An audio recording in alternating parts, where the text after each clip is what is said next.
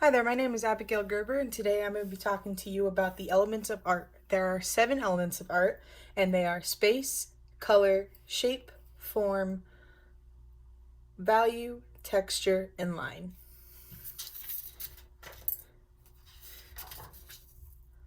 The first element of art is space.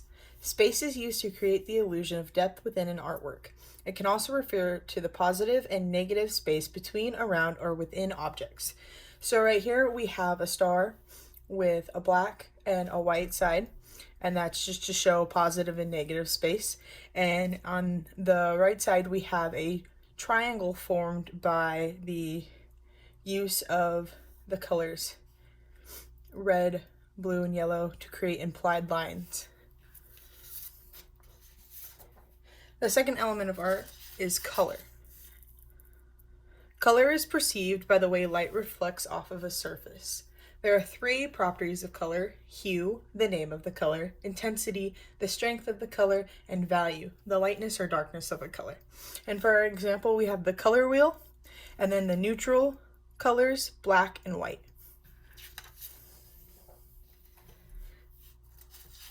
The third element is shape. Shapes are flat enclosed areas that are 2-dimensional. And there are 2 types of shapes, geometric and organic. The geometric are the shapes you learn in math class, like squares, triangles, circles, rhombuses. Organic are any shapes that are kind of organic looking, blobby in nature, but they have to be enclosed. The fourth element is form. Forms are 3-dimensional and can be viewed from many angles. Forms have volume and take up space, and they're often seen when we use value.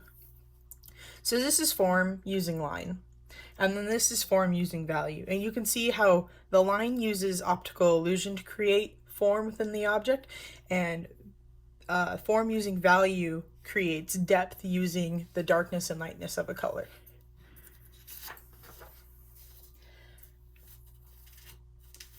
The fifth element is value. Value describes the lightness or darkness of a surface.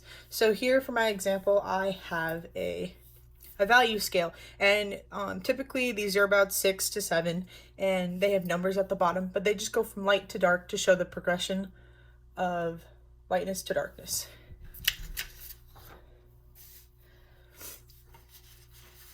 Our sixth element is texture. Texture describes the surface quality of an object. So there's actual texture, which is how things feel, and then there's implied texture, which is how things look like they feel. And so for my examples, I have line texture and actual texture, but technically both of these examples are implied texture because they look like how they should feel. Our line texture is created by using line, and our actual texture is me trying to mimic fur, grass, and water.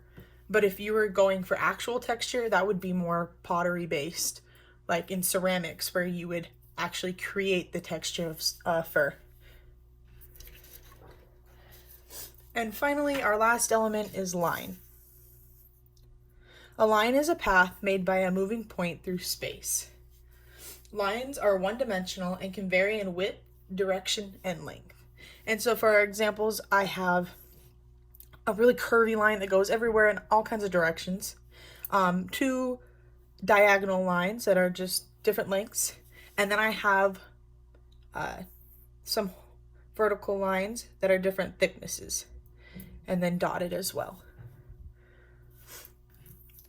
And those are the elements of art.